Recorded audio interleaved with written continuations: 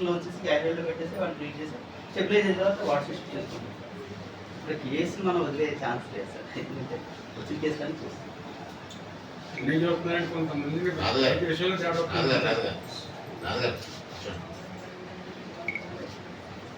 అది నేను చూస్తాను సార్.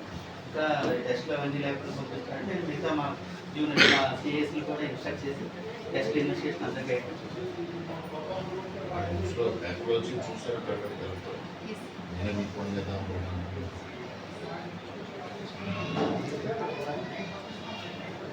మీరంటే చాలా ప్రిపరేషన్ ఉంది, పెట్టుకోండి.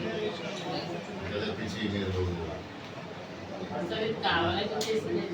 కావాలని చేసిన ఏ మిస్టేక్ జరిగినా నిజంగా ఏదైనా జరిగి ఉంటే వాళ్ళు వాళ్ళ పరిస్థితి ఏంటి చెప్పండి.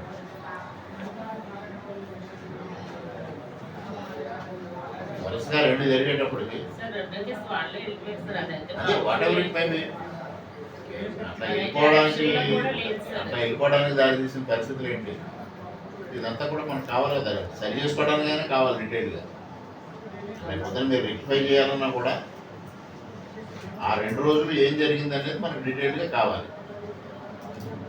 డీటెయిల్గా కావాలంటే ఎంక్వైరీ జరగాల్సింది.